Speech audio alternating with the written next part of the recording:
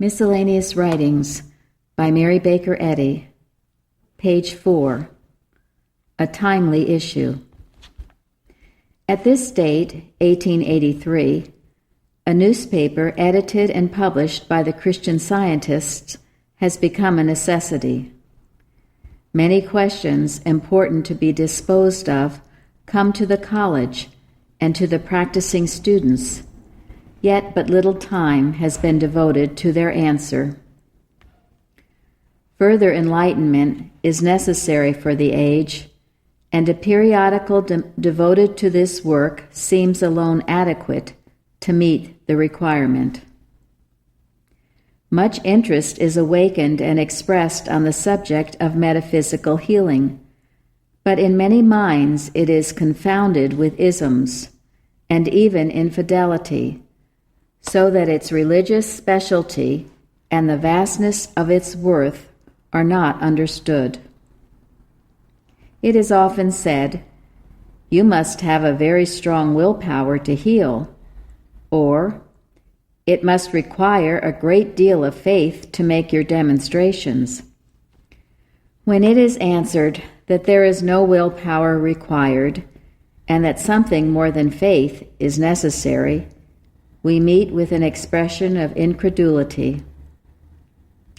It is not alone the mission of Christian Science to heal the sick, but to destroy sin in mortal thought.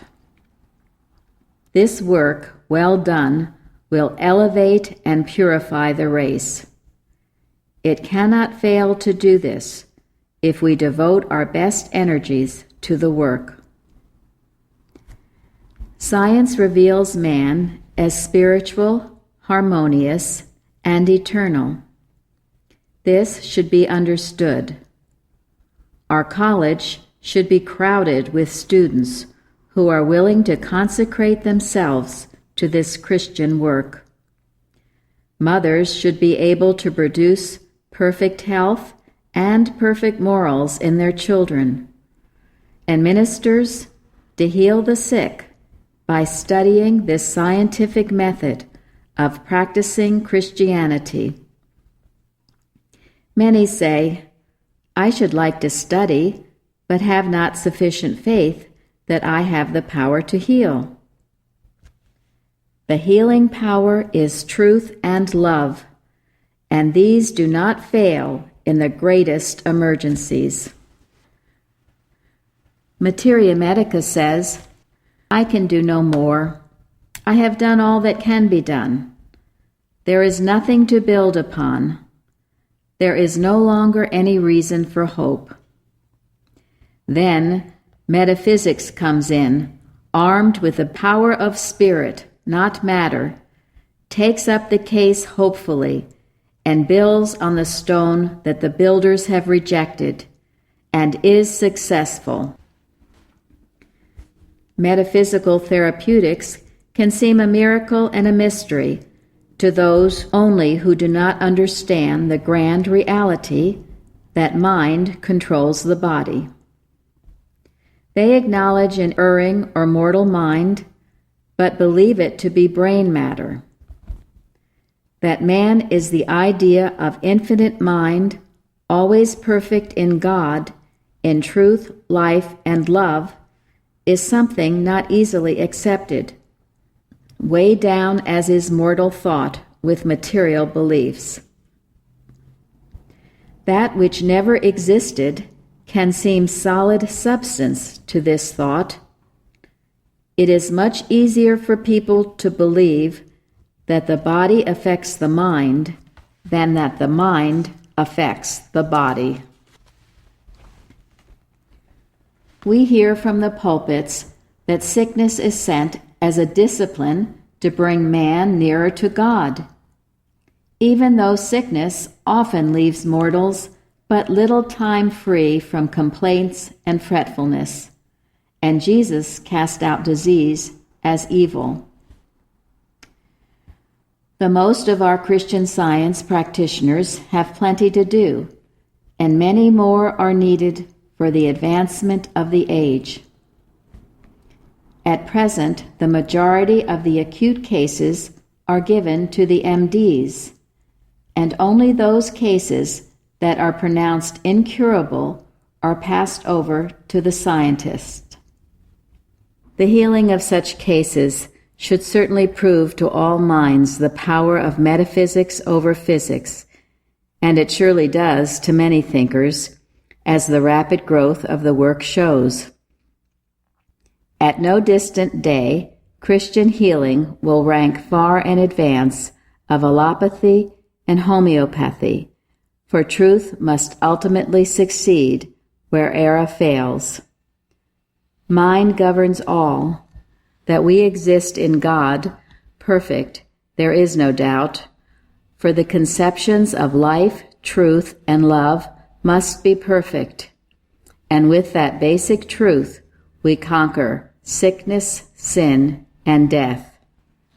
Frequently it requires time to overcome the patient's faith in drugs and material hygiene, but when once convinced of the uselessness of such material methods, the gain is rapid.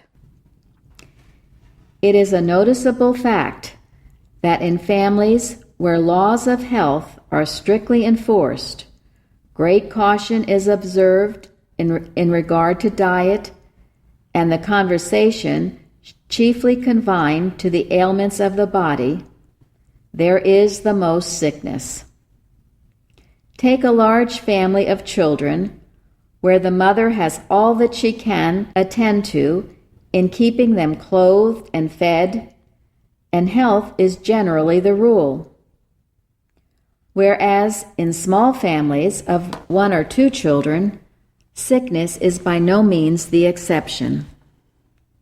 These children must not be allowed to eat certain food, nor to breathe the cold air, because there is danger in it.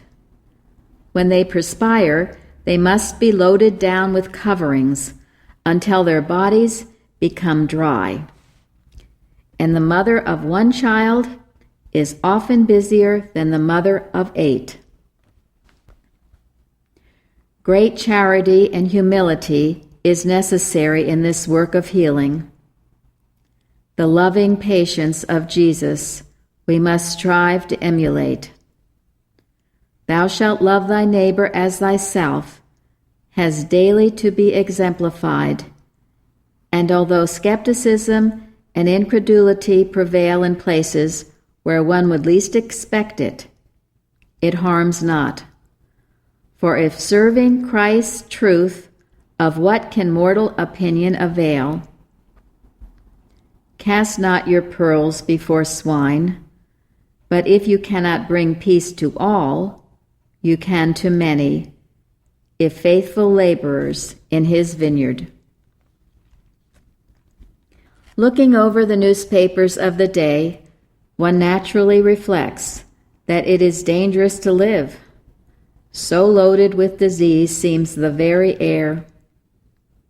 These descriptions carry fears to many minds to be depicted in some future time upon the body. A periodical of our own will counteract to some extent this public nuisance.